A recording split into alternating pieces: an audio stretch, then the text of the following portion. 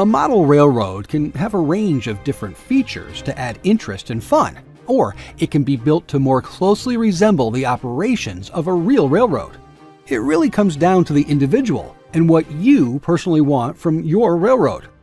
If you like lots of flashing lights, maybe a fairground scene, or prefer to mix steam engines with modern diesel locomotives, then who's to say that's wrong?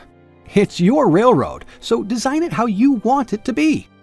That's not to say you shouldn't be aware of the operations of a real railroad and how it skillfully transports passengers and freight safely and efficiently to make a profit.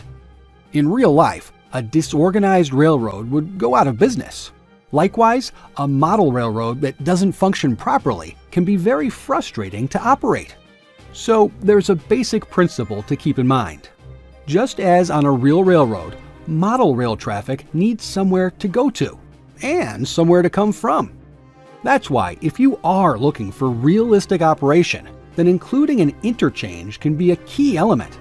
It will not only add interest, but also help a railroad, real or scale model, to function efficiently. Without an interchange of some kind, it can look a bit strange when boxcars and locomotives from different railroads appear on the same layout.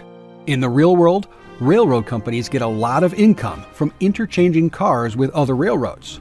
And in the scaled-down world, a model railroad can come to life with action and realism in the same way.